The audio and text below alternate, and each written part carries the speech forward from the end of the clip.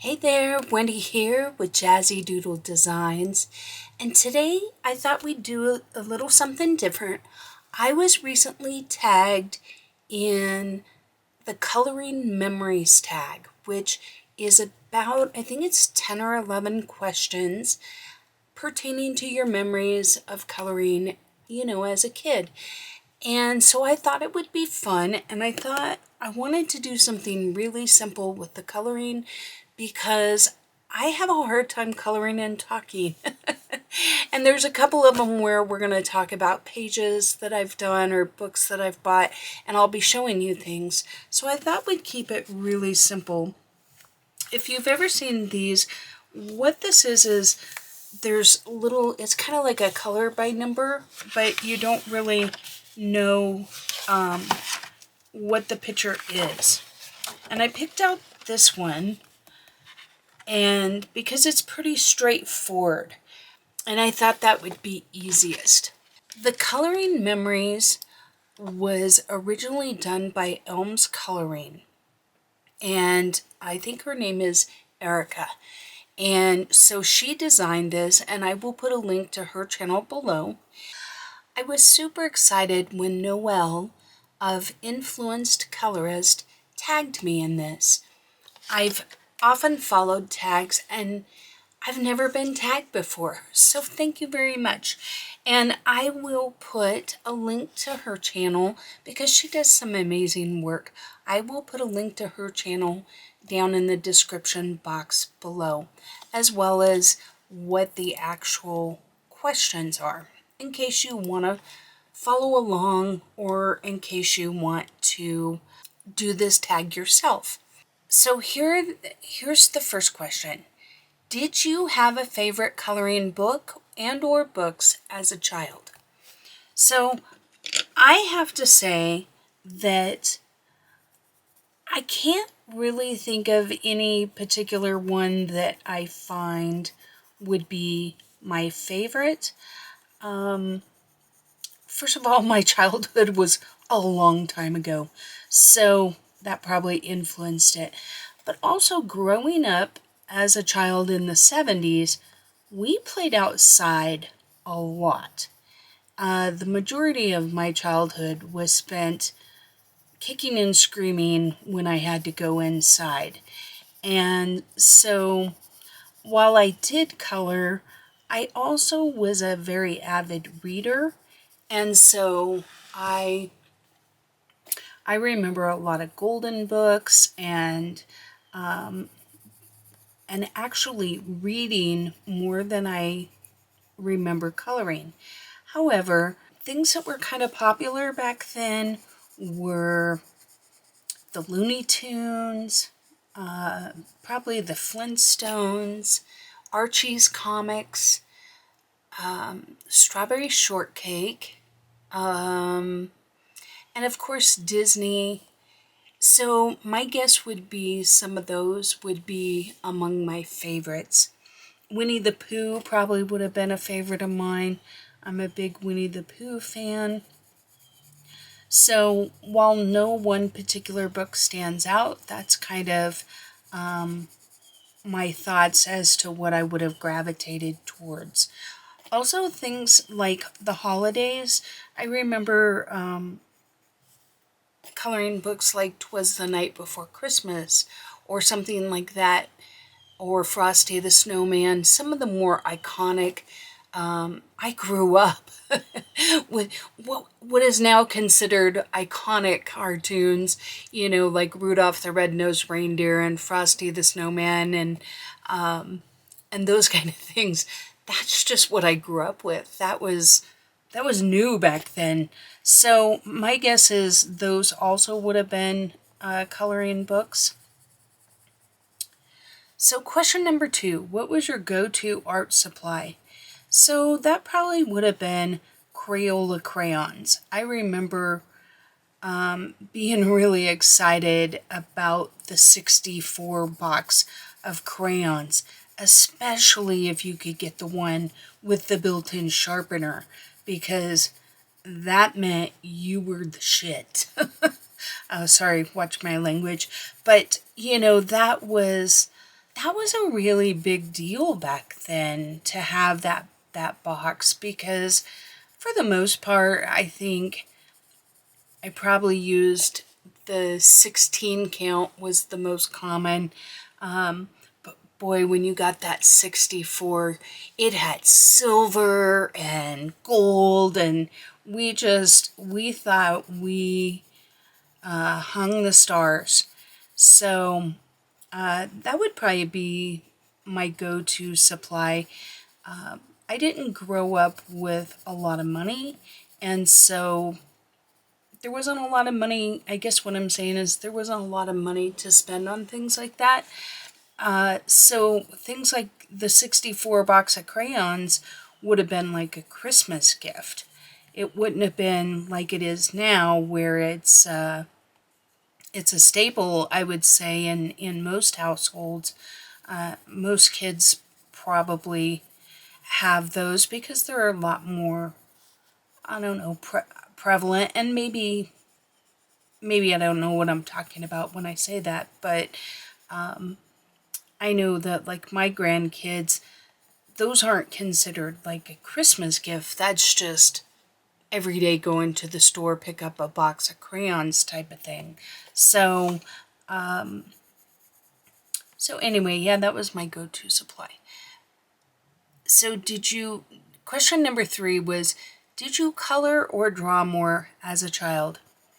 I'm going to tell you a really funny story, and it's going to make my mom very sad because she feels terrible about this.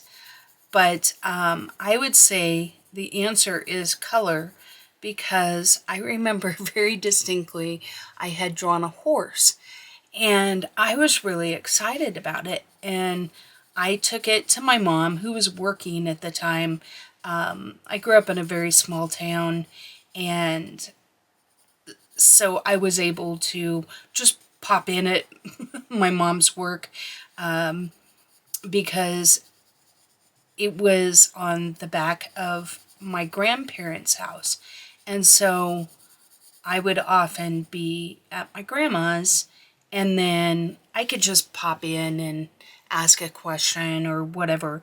And we didn't abuse that because I would get in trouble for it, but I could see my mom. So I popped in and I was all excited about my horse.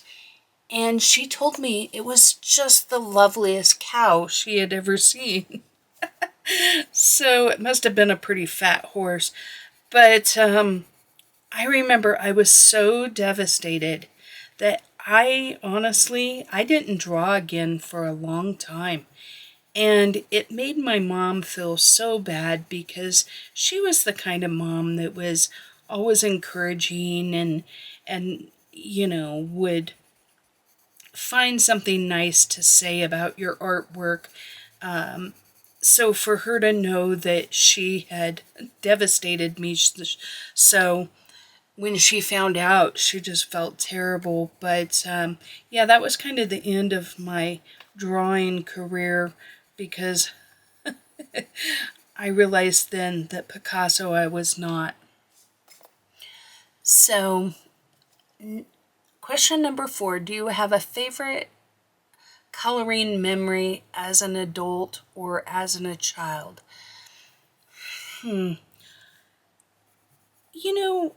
Like I said, I know that, we did some coloring when I was growing up, for sure. But I don't have anything that really sticks out. My mom did a lot of ceramics, where she painted ceramics, like Christmas ornaments or banks or, Christmas dishes, things like that. So she did a lot of that. And so we did that as a family, meaning I grew up, my mom was a single mom, way back before single moms were cool. And, or I shouldn't say cool, they weren't the norm back then. And so back then, family was my mom and my aunt and my cousin. And so we would get together and we would paint ceramics together. So that was kind of more the art that we did at the time. Now, as an adult, I remember coloring with my kids, but they were rambunctious boys, and once again, it wasn't something that we completely focused on. Both my boys are pretty artistic, but they're both very more creative in the sense that they didn't necessarily want to color somebody else's design. They wanted to draw it or to create it themselves. And so we did a little bit more of that. So what was your first adult coloring book? So I'm a little different. I've watched a few of these coloring tags, and most of them say like Lost Ocean or a Joanna Basford is the vast majority. I got into this a little bit late. I just started adult coloring last year. So my first adult coloring book, and I did look on Amazon just to make sure I wasn't remembering wrong, was this Vintage Charm. And I just really like this book. And my first page was this page. This book is completely falling apart. But I did this page back in January of 2023 or late December 2022, one of the two. But this was my first adult coloring page, and you know, I would do things a little differently now, but you gotta realize that I come from, while a not adult coloring background, I have been doing scrapbooking, card making, and like mixed media journaling for years. And so this wasn't my first dive into color theory and shading and those kind of things, because I learned them. I used Copic markers before I used colored pencils. I used, and we'll get to the coloring supply next, but so I feel like I had an advantage to know to use more than one color on each object. So I'm happy with this page. I do feel like I have improved as a colorist, but I feel like I have a lot of room to improve as well. One of which is teaching myself to slow down, to be more patient, to not just get it done, but to really be okay with it taking longer. That's a struggle that I have. But anyway, so this was my first book and my first page. So it says, what was your first adult coloring supply? I think I'm a little different in this as well, because I came from more of a mixed media background. I would have to say maybe it's either Neocolor 2s, possibly my Copics, because I have been collecting those for a lot of years. It took me many years to get the full collection, and I probably started that in, I don't know, 06 maybe? So a long time. Definitely much longer. As far as coloring specifically, Neocolor 2s I think are a coloring supply, and I think it's interesting that there's a lot of colorists that probably don't even own those, and yet that was probably my first coloring supply. My first colored pencil was Prismacolor. I got a set, and I've had them for a very, very long time. And when I first used them, I didn't like them. Not because they were Prismacolor, I just didn't like the colored pencil medium. It was a very slow medium for me. And like I just stated, Patience is not my virtue. It's not my friend. And so that was something that I was just like, I don't know about this. You have to layer them, and you can't just slap them down and get the result you want. You actually have to, like I said, either do more layers or, yeah, I guess it's just do more layers. And so when I first would apply them, they were very light, and it just didn't suit my style. So I I think I even did maybe this page with them. And I was just like, what is this? This is terrible. I didn't like it, and so I was like, I'm out. And I didn't touch those pencils for a lot of years. Again, I probably had them, I don't know, at least 5, maybe 10 years before I touched them again. Because I knew I had them a really long time.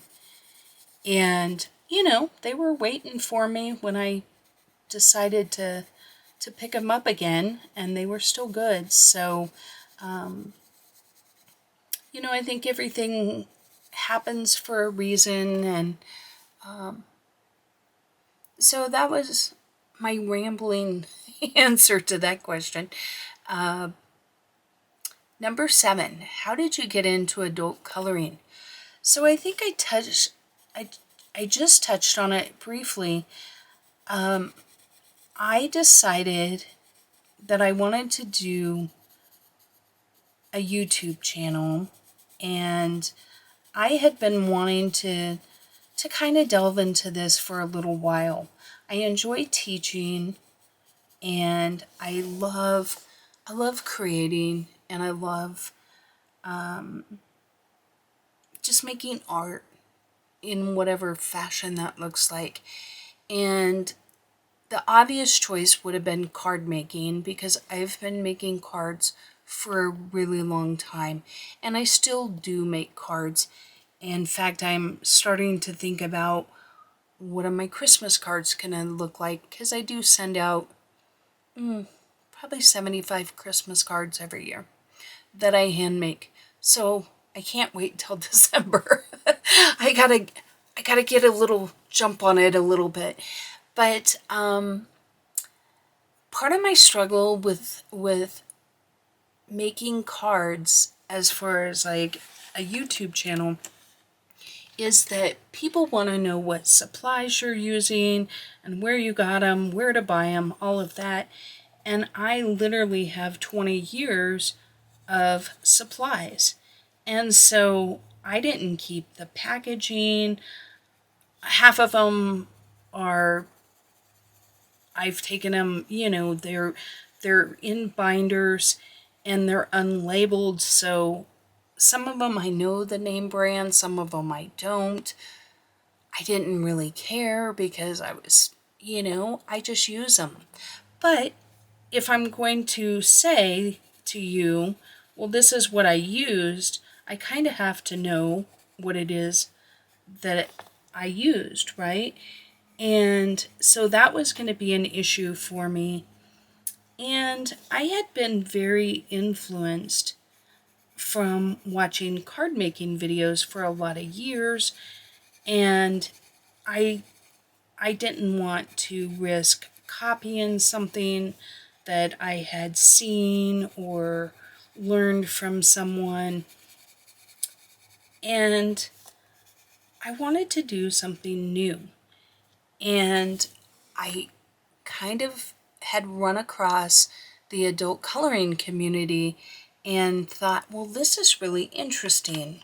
And the more I checked into it, the more I realized what a valuable thing it is for depression and for anxiety relief and all of that. And so the more I checked into that, the more I realized, hey, I want to learn more about this, and I want to see if it'll help, because I do struggle from depression, and you guys can probably tell when I do certain videos when it's more prevalent than others, because my energy level varies and the speed of my cadence, well, that made sense. The speed in which I talk and things like that is often influenced by it. But I wanted to check into it because I really like the mindfulness of coloring. For example, me just doing this, I can talk to you guys.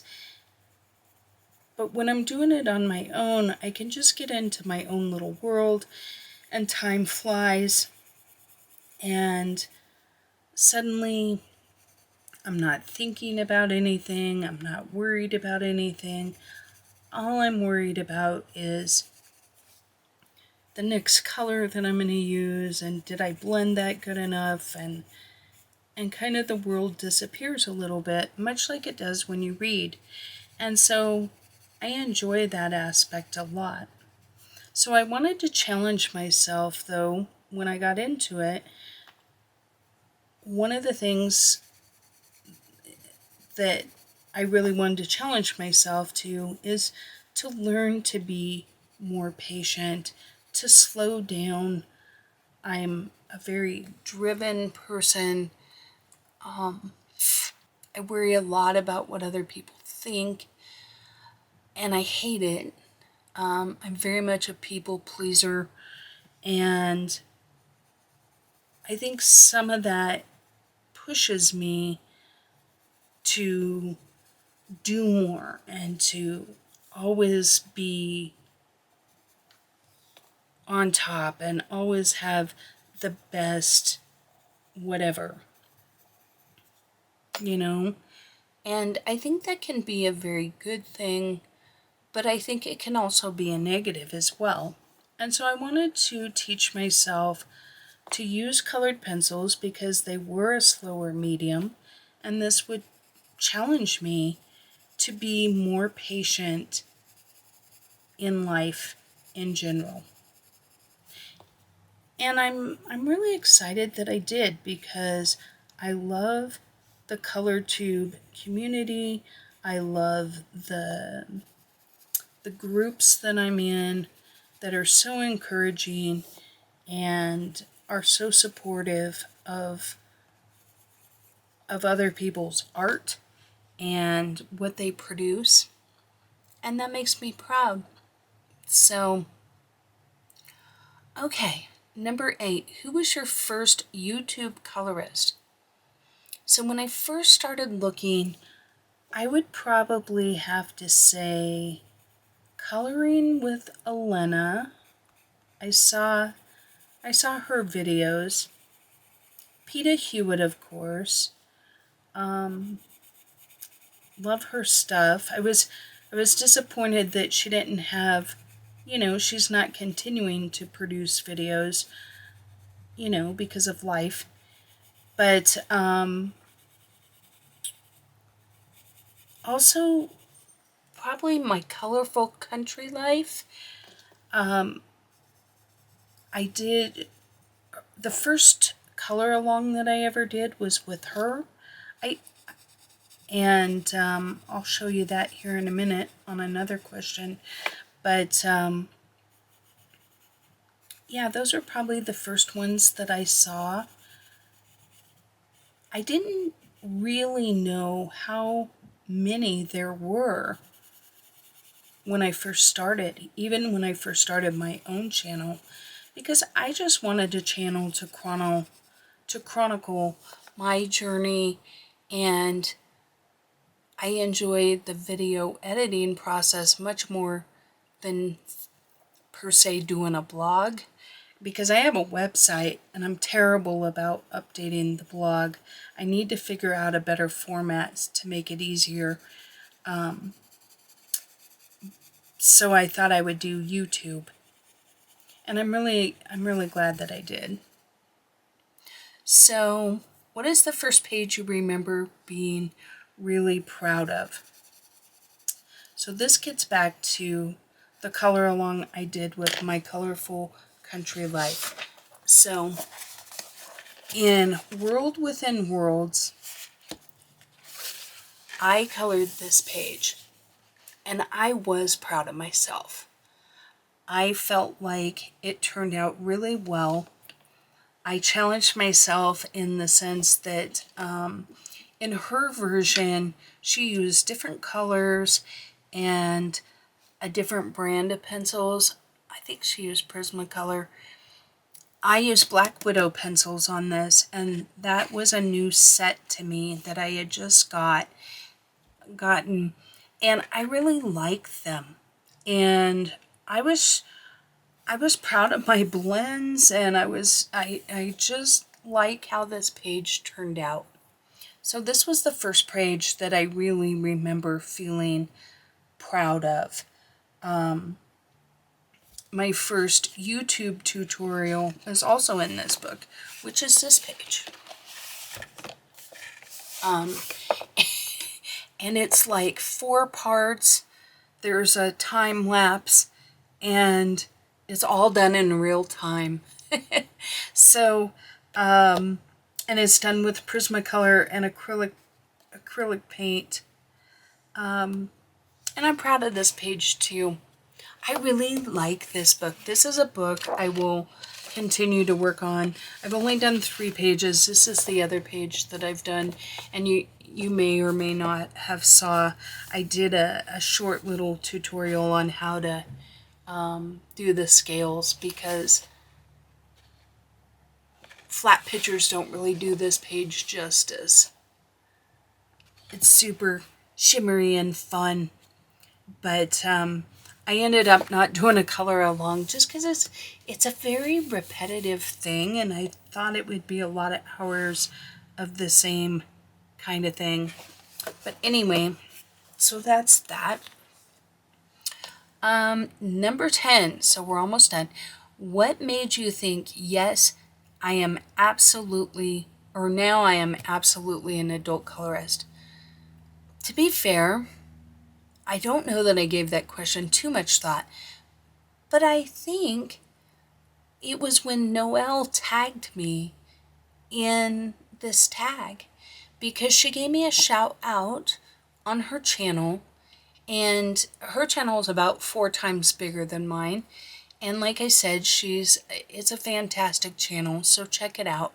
But just to be acknowledged by someone like that, that said, hey, I've been enjoying this channel's color alongs or content, it just really meant a lot to me. And I think it made me